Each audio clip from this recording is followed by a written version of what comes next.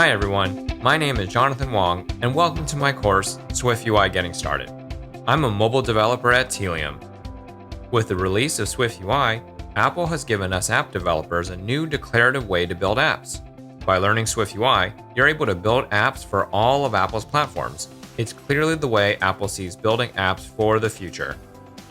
In this course, we're going to build a complete SwiftUI app from the ground up. This course is designed to teach you the fundamentals of SwiftUI, including container layouts and view layouts, styling your views with view modifiers, managing state with @state and @binding, and even adding gestures and animations, adding that little bit of polish. By the end of this course, you'll know how to build an app entirely in SwiftUI and have the fundamentals to learn more advanced concepts.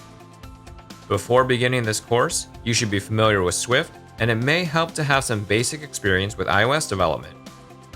I hope you'll join me on this journey to learn SwiftUI with the SwiftUI Getting Started course at Pluralsight.